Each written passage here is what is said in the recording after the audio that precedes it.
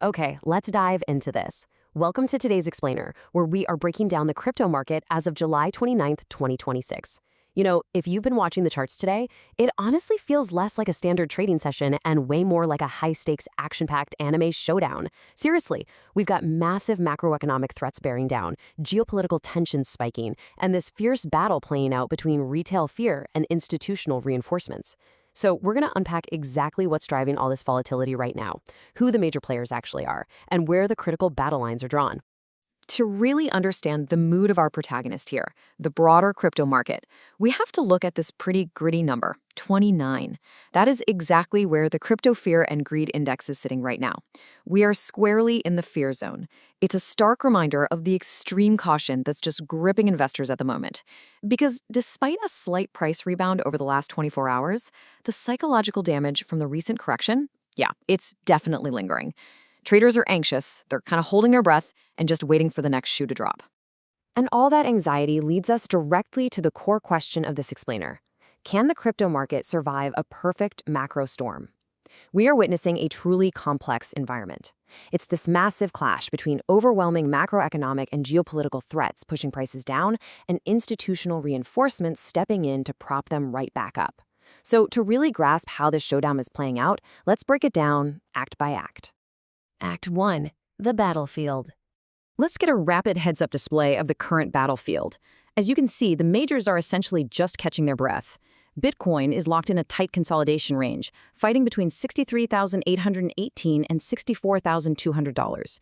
Ethereum is showing a bit of a modest recovery, up just over 2%. But look down at the bottom there. Despite all that broader market fear, specific altcoins are staging these massive, explosive breakouts. Orochi Network is up an incredible 74%.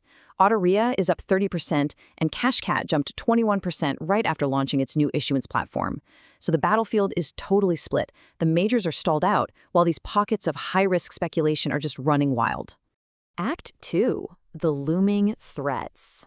Now, what's really interesting here is the massive plot twist playing out with the Federal Reserve. The FOMC meeting is absolutely today's dominant market driver. Most of the market consensus is fully expecting the Fed to just hold rates steady. But Citadel Securities issued a totally contrarian forecast.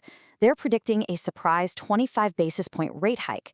And this singular, unexpected forecast has injected a massive dose of uncertainty into the space, directly threatening Bitcoin's price stability as traders start hedging against a worst-case scenario.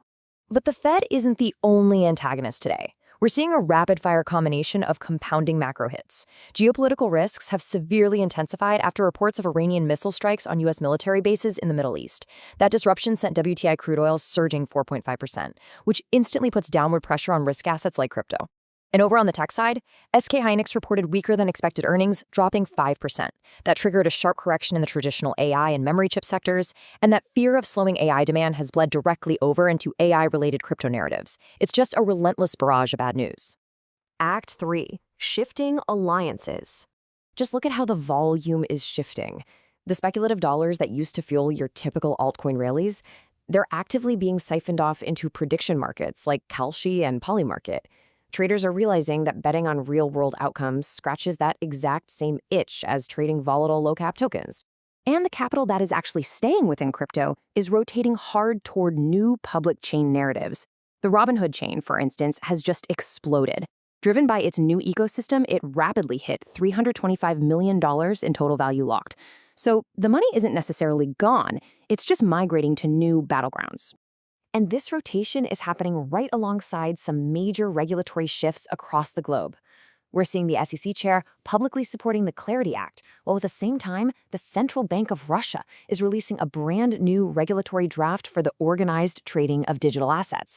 The rulebook is literally being rewritten in real time. Meanwhile, traditional finance is making its own coordinated moves. 10 major European banks have officially launched RL1, which is a cooperative blockchain network designed specifically for tokenized bonds and settlements. The old guard isn't just watching from the sidelines, they're actively building their own infrastructure right now. Act 4. Reinforcements arrive. And this brilliantly illustrates the sheer financial firepower stepping into the arena right now. $600 million. That's the amount of positive net inflows we've seen pouring into Bitcoin spot ETFs over 5 consecutive days. Despite retail traders sitting down at a fear level of 29, institutional money is aggressively buying the dig. They're completely ignoring the noise and just accumulating right through the fear. And it's not just Bitcoin ETFs either. Look at this headline development. Morgan Stanley, one of the absolute most powerful names in traditional finance, just launched Ethereum and Solana spot exchange-traded products, along with staking-based ETFs. This is a massive institutional power-up for the whole crypto ecosystem. These definitely aren't isolated events. Institutional money is making huge strategic plays here. They're ignoring that retail fear index and just accumulating. It essentially proves that the biggest players in finance are actively building deeper, regulated bridges into digital assets, regardless of short-term volatility. Act 5. The Final Stand. Let's look at the exact hypercritical battle lines drawn for Bitcoin today. Support is fiercely defending the downside, right at $62,800. But the true test is above. Bitcoin is throwing absolutely everything it has at flipping that $64,000 resistance level into support. This is the technical climax of today's session. Because if the bulls fail to break and hold 64K, we are very likely looking at a harsh rejection that sends the market right back down into a weak, prolonged consolidation phase towards 62,000. Which leaves us with this final, dramatic cliffhanger. Will that $64,000 line hold after the Federal Reserve speaks? The entire market is basically holding its breath right now. If the Fed delivers a dovish hold, keeping rates steady while maybe signaling a potential cut in September, that could be the exact spark needed to ignite a massive relief rally, blasting right through that resistance. But if Citadel's rogue prediction of a rate hike actually comes true, that support line's going to be tested like never before.